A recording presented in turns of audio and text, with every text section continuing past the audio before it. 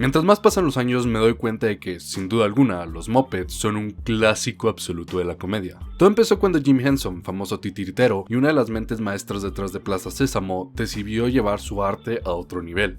Los títeres tienen un lugar similar a la animación en el entretenimiento, donde están atrapados en el gueto donde todos creen que son para niños, y diría yo que incluso están más metidos en este estereotipo que las caricaturas. Ya que mientras vemos animaciones para adultos y niños mayores, los títeres han sido condenados a solo televisión para preescolar, con pocos ejemplos saliendo de este estigma.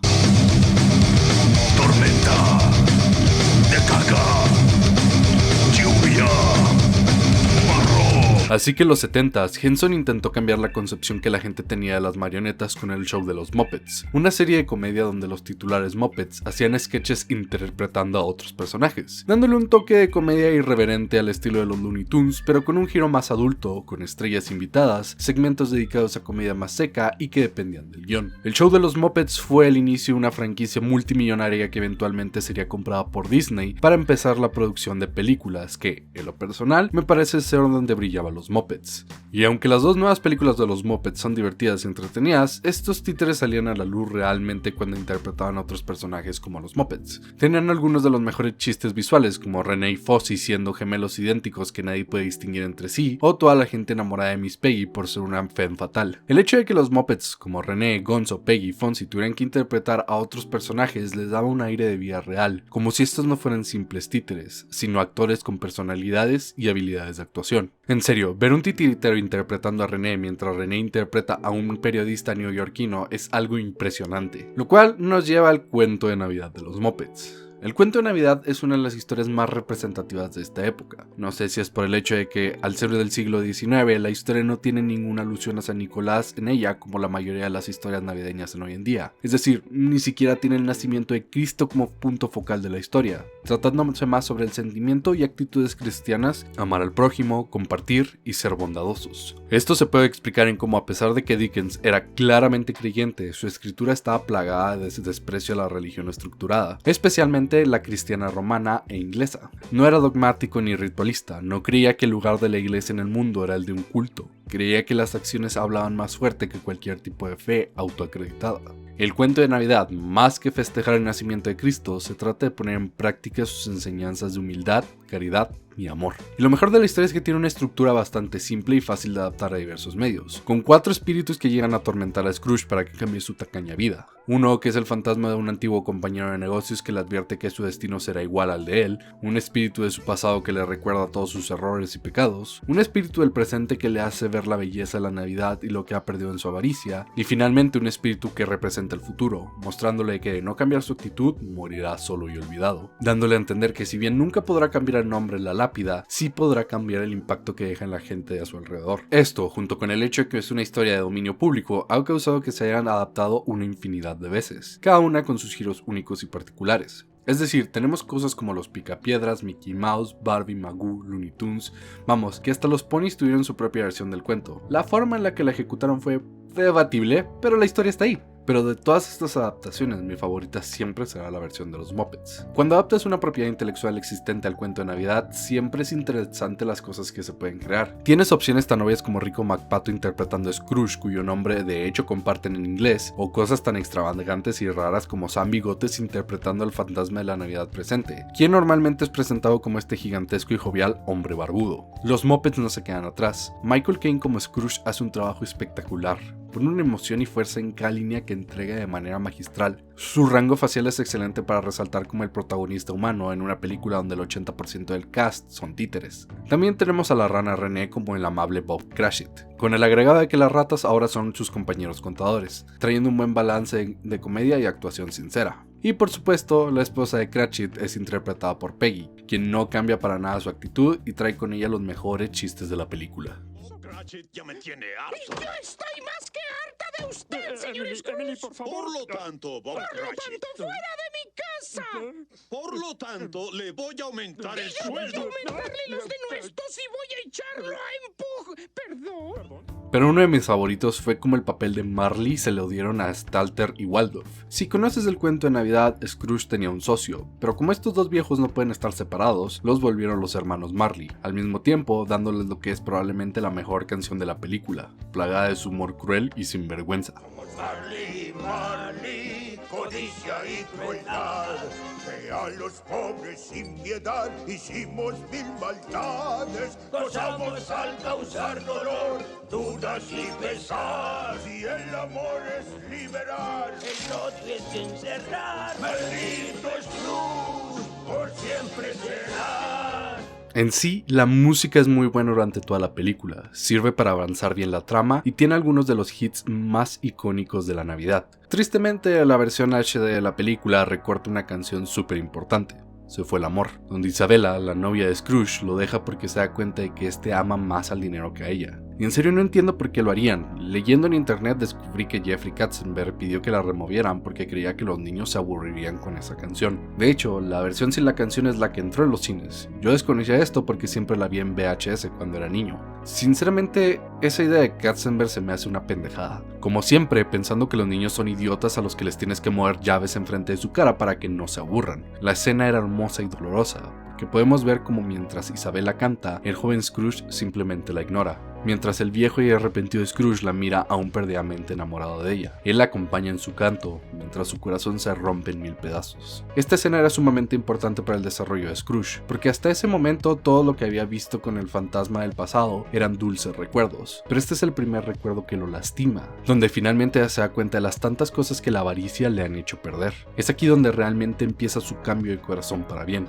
Peor aún, la canción del final, la que cierra el arco de Scrooge, es un reprise de Se fue el amor, bajo el título de Llegó el amor, que simboliza el cambio de Scrooge como persona. Si has visto la versión en la que recortan Se fue el amor, verás como Isabella simplemente se va y deja a Gonzo, Rizzo y Scrooge llorando desconsolados. La escena se siente seca y vacía, con falta de alma. Sinceramente, es una pena que recortaran toda una canción que humanizaba tanto a Scrooge. En fin, siempre recordaré esta canción como la escena de la película donde mi madre siempre lloraba cuando la veíamos. The time has come for us to say goodbye. Yes, some dreams come. Adoro a Gonzo como Charles Dickens, no solo porque el combo Rizzo y Gonzo es mi favorito de los Muppets, sino porque al poner a Dickens como un personaje que existía en el espacio físico junto a los otros personajes, pudieron meter algunas de las más icónicas líneas narrativas del cuento de Navidad sin que se viera raro o fuera de lugar. Son el alivio cómico de la película, pero los escritores sabían cuándo usarlos y cuándo no. Charles Dickens. Y el mío es Rizzo la rata.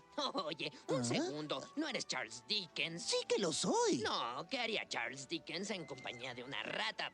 ¿Contar un cuento? Charles Dickens era un novelista del siglo XIX, un genio. Ay, eres muy amable. Como toda adaptación de una novela, quitaron muchas cosas del libro original.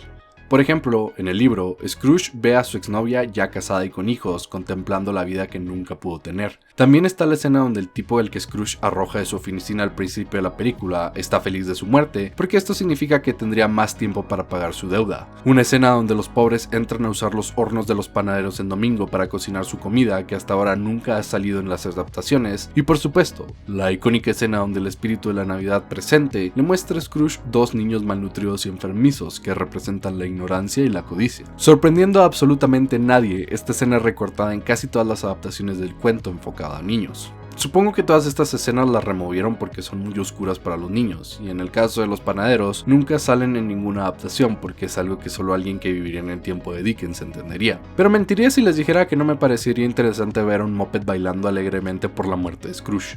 Pero sí, esta es probablemente mi adaptación favorita del cuento de Navidad. Es dulce, es sincera, es concisa, y siendo un fan de los Muppets, qué mejor película para ver en esta Navidad.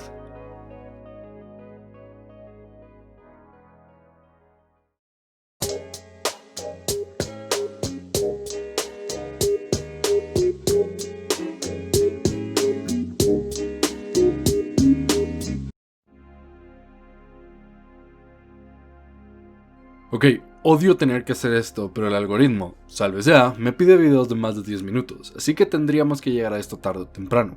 Por cierto, no importa lo que estén a punto de escuchar en los próximos minutos del video, quiero que tengan en mente en todo momento que el cuento de Navidad es una de mis historias favoritas y la amo con cada trozo de mi ser. Pero recuerda, amar algo no significa que no pueda ser crítico de ello. Así que hablemos de historia y la política de Charles Dickens, porque sería imposible hablar de sus libros y novelas sin tomar en cuenta las posiciones sociopolíticas que Dickens tenía. El cuento de Navidad en especial es probablemente una de sus historias más marcadas por la visión sociopolítica que el autor tenía. Es, después de todo, este libro el que muchas personas citan cuando dicen que Charles Dickens era un socialista pro derechos del trabajador y lo usan como ejemplo para meter nueva gente al movimiento. La triste realidad es que Dickens claramente no era un socialista, pero para entender su visión del mundo debemos ver la época en la que el escritor vivía. Su padre fue encarcelado 2 veces por deudas que tenía con el banco, mientras el mismo Dickens trabajaba 10 horas al día cuando era niño en una fábrica de textiles. Por cierto, si quieren leer una historia de terror real, busquen las condiciones de labor infantil que existían en la época de Dickens. Te estoy hablando de niños buscando algodón en máquinas gigantescas que los podían matar, o niños encadenados a carros mineros para que no pudieran escapar, a quienes les pagaban poco menos de $1 al día por más de 10 horas de trabajo.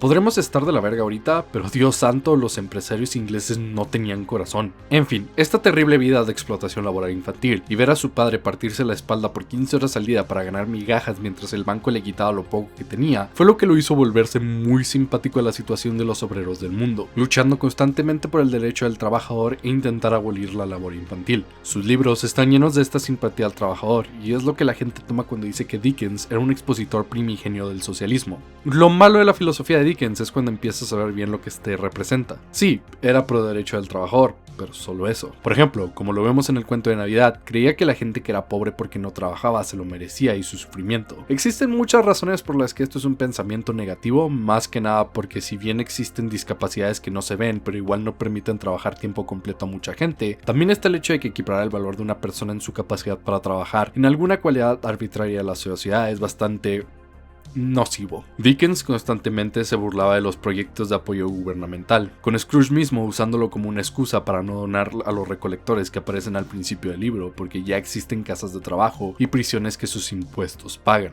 Él creía que la caridad era mejor que la acción gubernamental. Por eso, al final del cuento de Navidad, tenemos a Scrooge usando su dinero para directamente ayudar a la sociedad. Y sí, eso es preferible a que el hombre acumule sus riquezas como un dragón y no la deje circular en el pueblo. Pero vamos, cualquiera que tenga un poco de escuela socialista sabe que en la vida real, la caridad es solo una forma de que los ricos se regodeen en qué tan buenos son con los pobres mientras lo usan como una forma de evadir impuestos. Un verdadero socialista no cree en la caridad, porque no debería depender de unos cuantos individuos quién es digna de recibir apoyo y quién no. Lo que se necesita es que ese dinero de impuestos sea bien utilizado para que nos ayude de manera equitativa a todos y que no exista la necesidad de caridades. Pero me voy por las ramas. El cuento de Navidad termina siendo una historia bastante procapitalista al final del día. No es el sistema el que está mal, es Scrooge quien lo corrompe pecando de avaricia y no usa su dinero para el bienestar de la sociedad. De hecho, el libro deja bastante claro que ni siquiera él se da lujos con su dinero, comiendo pan para cenar y teniendo un solo carbón en su hoguera. La falla de Scrooge no es sistemática, sino personal.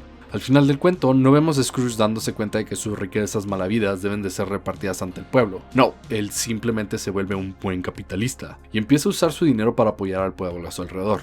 Que de nuevo, es mejor que antes, pero no deja de ser un capitalista ganando dinero de mala manera. Después de todo, Scrooge no deja de ser un banquero que, por definición, es un trabajo que requiere actitudes predatorias con la población. Ahora simplemente no es tacaño como antes. Nada cambia en la ciudad y el sistema continúa, solo que ahora dependen de la generosidad de Scrooge para vivir. Y de nuevo, adoro el cuento de Navidad, es de mis historias favoritas de todos los tiempos, y este es un sincero final feliz que tomaría por sobre el final en el que Tiny Tim muere después de trabajar 15 horas en la fábrica de zapatos. Pero no es una historia socialista como mucha gente suele decir. Aún así, veo algo bueno sobre el mensaje de la historia, uno que, intencionalmente o no, Dickens puso en su cuento. Dejan claro que la única forma en la que un capitalista deja de abusar de su poder sobre sus trabajadores y la sociedad en general es mediante una experiencia paranormal, que esto es solo un cuento de hadas. La única forma real de arreglar nuestros problemas es bajo nuestras propias manos. En la vida real, Jeff Bezos no va a dejar de construir un imperio sobre la explotación laboral de sus trabajadores, porque 3 adorables fantasmas aparecieron durante la noche de Navidad a decirle lo malo que es que sus empleados tengan que orinar en botellas o que literalmente mueran durante su turno. Es algo que ninguna clase de magia va a arreglar. El único cambio real que vamos a lograr es si todos nos juntamos, como trabajadores, como pueblo y como gente. Tomamos nuestras manos en armas y solidaridad y le hacemos frente a los Scrooge del mundo, recordándoles que sin nosotros, su poder es nulo y que deben de empezar a tratarnos con respeto. Recordarles que cualquier perro muerde la mano que le alimenta si lo maltratas lo suficiente. Adoro el cuento de Navidad. En serio, quiero que me crean. Muestra los sentimientos más bellos de esta época, los de compartir, amar y cuidar al prójimo. Pero también es cierto que Dickens es incapaz de ver los problemas que acechaban a su sociedad, que les veía más como una falla de personaje que un problema sistemático. Tenía el corazón en el lugar correcto, solo era incapaz de ver la pintura completa. Pero ahí, el cuento de Navidad de los Muppets es un clásico absoluto, y no podría recomendar una mejor película para ver en este día. Con esto terminamos los videos del año, y ahora, celebrando el aniversario del canal en una explosión de locura y festividades, me retiro hasta finales de enero, para poder descansar un poco en mis vacaciones. Por supuesto, nada de esto sería posible sin la ayuda de mis grandiosos Patreons, quienes aparecen en pantalla. Otro año de Talkinvidia existe gracias a ellos, así que si te sientes festivo y te gustaría asegurarte de que siga haciendo estos videos, ¿por qué no te diriges a patreon.com/Talkinvidia para ayudar desde $1 al mes? O si se te hace mucho compromiso, puedes hacer una donación unitaria en PayPal o en la tarjeta saldazo que aparece en pantalla. Soy su anfitrión Dani Z, recordándoles que espero pasen una feliz Navidad. Hasta la próxima.